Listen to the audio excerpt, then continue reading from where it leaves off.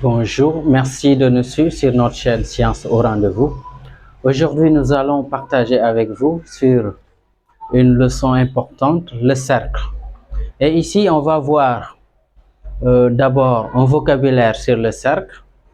Un peu, qu'est-ce que c'est un diamètre, un rayon, l'arc d'un cercle. Et on va voir également les positions relatives de deux cercles. On pourra voir deux cercles qui sont séquents, deux cercles qui sont disjoints, deux cercles qui sont tangents. Et on va voir aussi le périmètre, comment on calcule le périmètre d'un cercle. Et on termine par comment on calcule l'aire d'un cercle, la surface si vous voulez.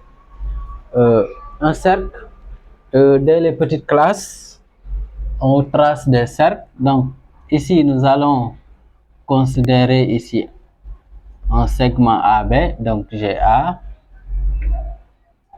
B qui sont deux points. Et là, je vais joindre ces deux points-là.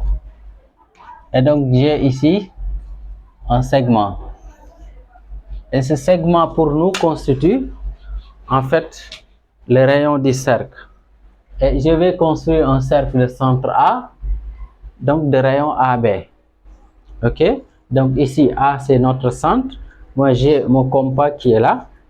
Et ici, si le centre c'est A, donc la pointe cherche du compas, on la place au niveau du centre.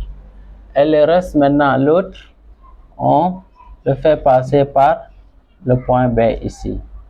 Et le reste, on tient bien le compas et on trace.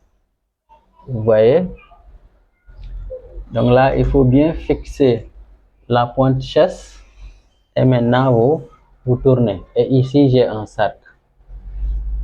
Et en général, le cercle est nommé C, comme ça. Souvent, on met C, après on met entre parenthèses. Donc ici, nous avons un cercle qu'on peut nommer cercle C. Et ici, AB constitue le rayon. Donc, un cercle C de rayon AB. Donc, qu'est-ce que ça veut dire? Je vais d'abord mettre le centre A, je mets un point virgule, le rayon AB. Et donc, c'est ça la notation. Si vous voyez ça, ça veut dire quoi? A est le centre, AB est le rayon. Si maintenant, on avait donné la mesure, on peut mettre 3 ou bien 2, etc. Mais ici, c'est le centre. OK? Donc, nous avons ici un cercle. Maintenant, chaque fois que vous avez un cercle, il y a ce qu'on appelle un diamètre. Donc, ici, nous avons le point B. Je vais construire un point C de telle sorte que BC passe par A, passe par le centre. Et pour ce faire, il suffit tout simplement de prolonger AB. Et ici, on a C qui est là. Donc, maintenant, là, si je prends BC, BC ici représente le diamètre. Donc ici, le diamètre ici étant un segment, je mets, donc BC est un diamètre, donc là on peut mettre ça en rouge, est un diamètre, BC est un diamètre du cercle C, n'est-ce pas? Est un diamètre de C, n'est-ce pas? Donc le diamètre retenu tout simplement, c'est un segment qui relie deux points du cercle et qui passe par le centre. Et ici, le diamètre aussi représente ce qu'on appelle une corde. Et une corde, c'est quoi? Chaque fois que vous avez un cercle, tout segment qui relie deux points du cercle représente ce qu'on appelle une corde. Je reprends. Donc, on appelle corde tout segment qui relie deux points du cercle. Et ça, ce qu'il faut retenir aussi, le cercle, c'est ça. Disons le trait là. Mais si je suis là, je ne suis plus sur le cercle, je suis à l'intérieur. Si je suis là, je ne suis pas sur le cercle non plus, je suis à l'extérieur. Ok? Donc le cercle, c'est en fait ça.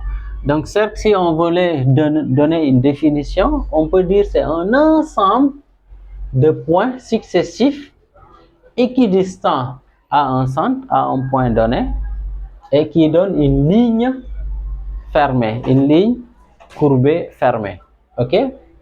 Donc, c'est ça. Donc, maintenant, corde, nous l'avons dit tout à l'heure, c'est deux points. Si vous avez deux points du cercle qui sont joints, donc si je prends ici un point que j'ai nommé M, un point que j'ai nommé N, je trace ça, c'est deux points du cercle. Si je les joins, regardez, je les joins, j'ai une corde. Je peux dire MN est une corde. La corde la plus longue pour un cercle, c'est le diamètre. Donc, le diamètre représente tout simplement la corde la plus longue. Mais le diamètre, c'est en fait une corde. OK? Donc, là, je vais prendre un exemple ici, un point que je nomme un point O. Un point O. Et si j'ai le point O, regardez, il y a une portion du cercle, cette portion-là, une portion du cercle qui est définie entre B et O. Et cette portion-là est appelée, je trace là le segment AO. Et ce segment AO là, je définis un angle ici, OAB. Et cet angle-là, au niveau du cercle, nous avons une portion du cercle qui est là, une partie du cercle qui est là. Et cette partie, c'est ce qu'on appelle un arc. Et cet arc-là, comment on peut nommer? Cet arc-là, on peut nommer ça OB. Donc, regardez, si vous avez OB, ça veut dire tout simplement, c'est l'arc OB. OK? Maintenant, ce qu'il faut comprendre aussi, si vous avez un angle, l'angle-là, on peut l'appeler angle au centre. Parce que son centre est tout simplement le centre, disons, son sommet est le centre du cercle. Chaque fois que vous avez un angle, supposons OAB comme ça, donc c'est un angle comme ça. Maintenant, cette partie-là, c'est ce qu'on appelle angle saillant. Angle saillant. Angle saillant. Mais il y a l'autre partie, là, qu'on appelle l'angle rentrant, ici. Donc, si j'ai un angle qui est là, toute cette partie-là, c'est ce qu'on appelle l'angle saillant. Maintenant, l'autre partie, c'est ce qu'on appelle l'angle rentrant. L'angle rentrant. De la même chose, si je prends l'arc OB, donc OB, j'ai l'arc qu'on pourrait appeler l'arc saillant qui est là, c'est-à-dire l'arc le plus court, OB. Mais il y a un autre arc qu'on pourrait aussi appeler, c'est aussi défini par OB. Et dans cet arc-là, on peut noter ça comme ça, on met OB et on met là. Bon. Mais ça, c'est une réalité, mais souvent on l'enseigne plus, surtout en tout cas dans les classes. C'est une leçon qu'on fait en classe de 6e, mais c'est très rare souvent qu'on revient sur ces choses-là. Mais retenez, en général, on travaille sur l'angle saillant et sur l'arc saillant aussi. Mais souvent, on ne parle même pas de l'arc rentrant ou bien l'angle rentrant. Donc, intéressons-nous à l'arc qui est là, l'arc qui est plus petit. Mais on pourrait avoir un autre arc qui est plus grand qui est là. OK? Donc, ça, c'est en fait le vocabulaire qu'on a au niveau du cercle. Donc, retenez, chaque fois vous avez un cercle, chaque fois ici nous avons ce qu'on appelle le rayon. Donc, nous l'avons défini au départ, rayon. OK? Donc, si on a le rayon, donc on a le rayon, on peut avoir maintenant le diamètre. Le diamètre, ce n'est rien d'autre qu'une corde aussi. Et une corde, par définition, c'est tout simplement un segment qui joint deux points du cercle. Et le cercle, maintenant, retenez bien, c'est ce trait-là qui est rond. Mais là, ce n'est plus le cercle. Là, ce n'est pas le cercle. Maintenant, si je voulais faire partir maintenant cette partie-là, j'aurais ce qu'on appelle un disque. Ben, dans le langage courant, on confond cercle et disque, mais c'est différent. Donc, si je fais comme ça, regardez bien. je trace comme ça, j'ai un cercle. Mais maintenant, si je veux considérer tout ça maintenant, c'est le 10, n'est-ce pas? Le 10. Maintenant, mais dans le langage courant, on confond cercle et 10. Mais en réalité, c'est deux choses différentes. Donc, le 10, c'est-à-dire ça englobe toute cette partie-là. Par contre, le cercle, c'est juste ce trait-là, le trait-là. OK? Donc, maintenant, on va voir position relative de cercle. Là, on voit position relative de deux cercles. Ici, nous avons deux cercles qui sont tangents. Donc, on va dire cercle tangent. Nous avons un cercle qui est ici. Je trace un autre cercle là.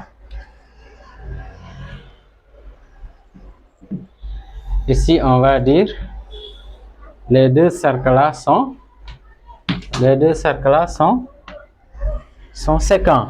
Donc, deux cercles sont disséquents quand ils ont deux points en commun. Deux cercles sont disséquents quand ils ont deux points en commun. Là, on peut appeler la C seconde. Ici, c'est OK. Maintenant, on peut avoir maintenant deux cercles qui sont, qu'on appelle deux cercles disjoints. Ben, j'ai un cercle qui est là. Je vais construire un autre cercle. Donc, ici, je vais tracer deux cercles disjoints. Donc, deux cercles disjoints, c'est deux cercles qui n'ont aucun point en commun. Donc, les deux cercles-là, regardez.